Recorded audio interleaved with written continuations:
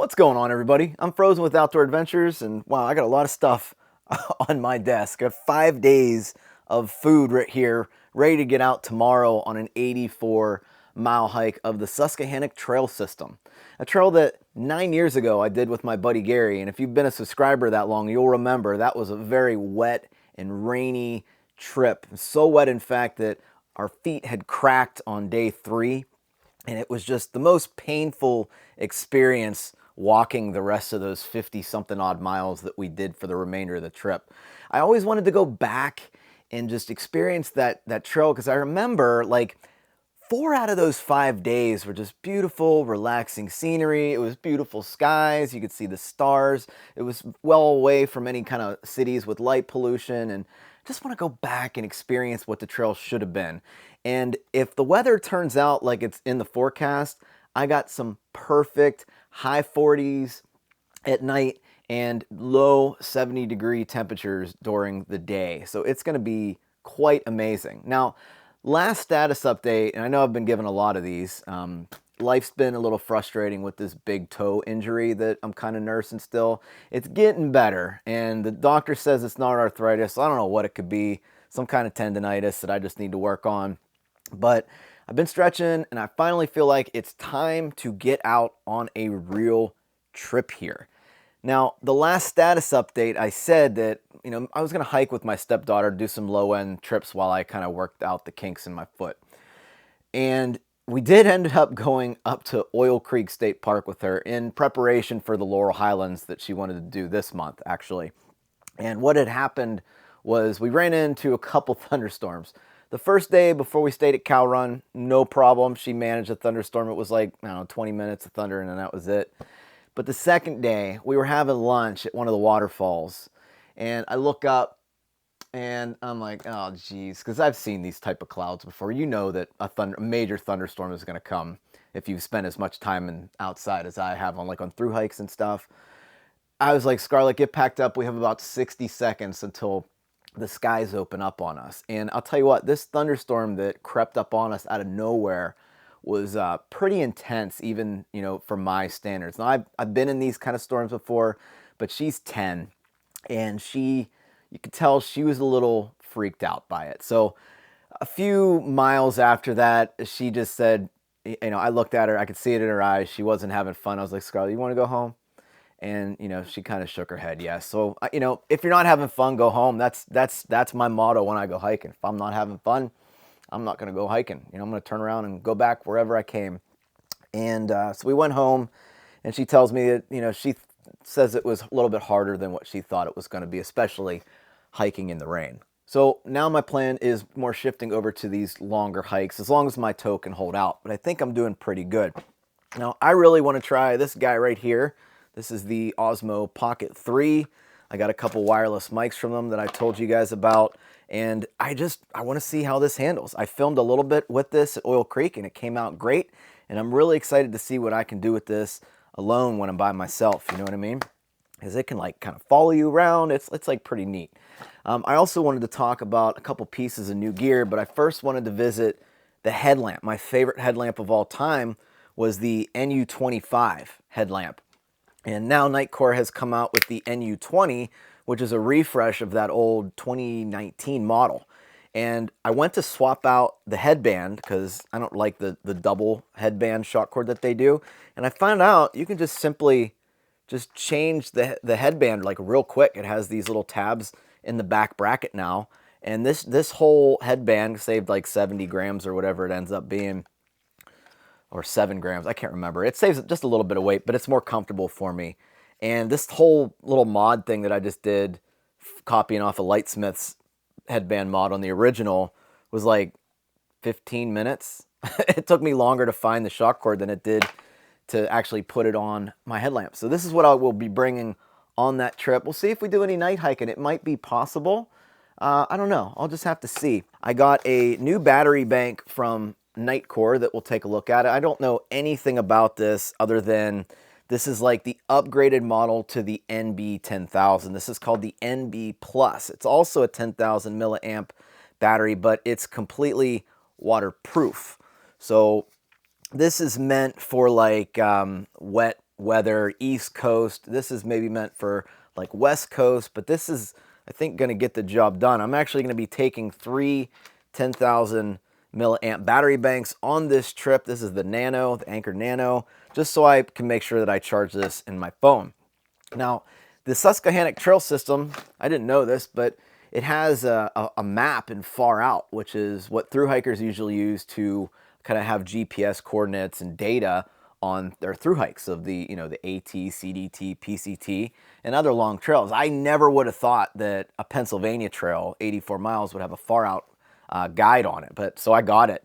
And I got it just in case I have to walk a road or I take a shortcut or go down a hill and, you know, blaze a trail myself and bushwhack, just because of this tow thing. So I got that. Superior Gear reached out to me actually a year and a half ago, and I told him I was just doing tents, so maybe, you know, when I come back from the PCT, that we could check out a Superior Gear hammock. And sure enough, he reached back out again, and he is the original designer, I believe. Yeah, I'm pretty sure. And there's a whole bunch of people copying them, like Dutchware and several other companies are copying them now.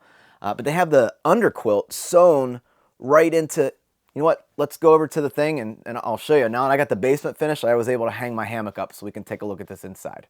Okay, so this is the Superior Gear Elite hammock. Sent me a really nice model. So stepping back, for those people that don't know a lot about hammocks, maybe this is your first time even seeing me talk about hammocks.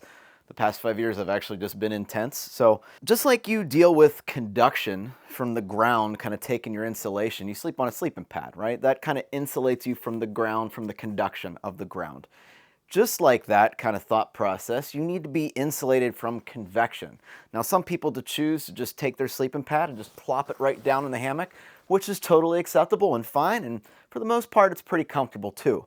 But for that added extra comfort and that just really good sleep, I myself prefer to have a little blanket underneath of the hammock called an underquilt. Basically, it's just a sleeping bag that hangs via shock cord from each end of the hammock and provides warmth from the convection of the air. And there's different ratings, many different options in the land of underquilts. So what Superior Gear has done here is not only do they give you the hammock, but they take the need to mess with the shock cord, the tightening system, and the different temperature ratings of an underquilt, and they just build it right into the hammock. So this hammock has basically a blanket of down underneath of it, which will insulate you from the convection of the air without needing an underquilt. Now, the cool part about this is most of the time, like this is a 30-degree underquilt built into the hammock, you won't need anything underneath of you. But if it gets colder, you always have the option to add more layers or another underquilt underneath of this thing to enhance its R value or its warmth rating. So this is something that I'm going to be checking out in the near future. While I was filming this, I just remembered that I needed to get my hammock ridgeline organizer on this so I can charge for this trip. Like, I charge at night in the hammock, and in the hammock there's not much places to put things, so just put it in like these little pockets. So as I was doing that, I actually messed up the one side of this. It's my fault. I didn't think about it. I tied it wrong. I've done this like 100 times, right? And I tied it wrong on the whoopee sling side. So I got to get a new whoopee sling before I can even take this out. Already reached out to the owner. Not Superior Gear's fault at all. I lost the berry of the whoopee sling. So, man, I was really looking forward to taking this out, but we will see this in a future trip video because I'm very curious, you know, is this all I need here? You know, maybe I can just ditch the underquilt for this most of the year, you know what I mean? And if I can do that, you know, there's no adjustments. And sometimes you just, in a hammock, you wake up and your underquilt's like way on the right side of you, or it's not positioned right. So you got to get out, got to adjust this, pull this here, tension this there. With this, just get in and it's adjusted for you. There is no thinking when it comes to this style hammock once it's hanging on the trees. So I think my only concern about this is, you know, every once in a while I like to wash my hammock in some, you know, dish soapy water, just in the bathtub for a couple hours, take it out, dry it in the sun.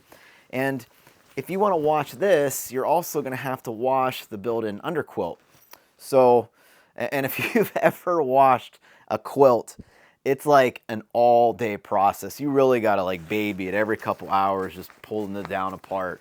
So I'm not sure how I completely feel about this. I like its simplicity. I really do like its simplicity, but I think cleaning this might be a little bit of a struggle bus here. Now the price tag on this guy comes in a little high, but I'll explain why. So because you have that integrated underquilt and because you're also buying a hammock that is modular, like I can take this bug net completely off of the hammock very, very quickly and very, very easily. I can put it back on in the same amount of time, like 2 minutes. It can come on and off. So this Elite model, which is the lighter fabric model, goes for, I think, $440 depending on your options. Now keep in mind, a 30-degree underquilt is going to cost you somewhere in the range of like $200 to $280. I have it marked here. Let's see. Like a hammock gear incubator, $269.95, right? So then like a standard dream hammock that is pretty comparable to this is about $210. So they're right in a good price range for this, you know, with the built-in underquilt. So a little pricey up front, but you have everything. You know, you have everything you need. And it comes with these adjustable straps that I can take on and off. Pretty nice little cinch buckle system on here. So Superior Gear is actually the original company that put the sewn-in quilt on the bottom of the hammock. And now people like Dutchware and a whole bunch of other people are kind of jumping on this bandwagon and kind of doing it too. So yeah, I'm really looking forward to taking this out on a trip someday. Anyway, guys, thanks for watching. I'm really looking forward to getting out. If you haven't realized it, it's actually been over a year since I've gotten out on a hiking trip, and I'm just ready. I hope this tow cooperates, and I hope we can get all 84 miles. I'm really, really looking forward to getting out with you guys for a couple days. So thanks for watching, everybody, and I will see you on the trail in the next video. Thanks.